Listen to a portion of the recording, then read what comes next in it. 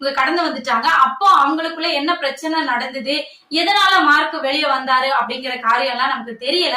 இருந்தாலும் ஏதோ ஒரு பிரச்சனை நடந்திருக்குது. மார்க் பாதியிலேயே அந்த ஊழியத்துல இருந்து வெளியே வருகிறாரு. அதே போல மறுபடியும் இவர் வெளியே வந்துருவாரு அப்படின்னு சொல்லி பவுல் நினைத்தாரா என்னன்னு தெரியல.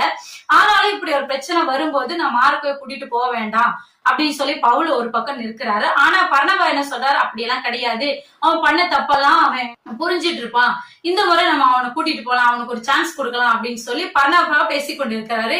இதனால பவுலுக்கும் பர்னபாவுக்கும் இடையில ஒரு பெரிய பிரச்சனை வருது. ரெண்டு பேருக்கு இடையில கருத்து வேறுபாடுகள் வருது. போது பவுல் என்ன பண்றாருன்னா, ஒரே பேச்சா இல்ல நான் கூட்டிட்டு போக முடியாது அப்படின்னு சொல்லிட்டாரு.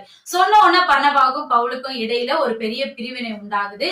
அத நம்ம அப்போஸ்தலர் நடவடிக்கையில 15வது அதிகாரத்துல 38வது வசனத்துல இருந்து நம்ம வாசித்தோம்னா இந்த சம்பவத்தை நம்மளால அங்க பார்க்க முடியும். அப்படியாக இவங்க என்ன பண்றாங்கன்னா ரெண்டு பேரும் பிரிந்து போகிறாங்க. பர்னபா என்ன பண்றாரு, மார்க்குவை கூட்டிட்டு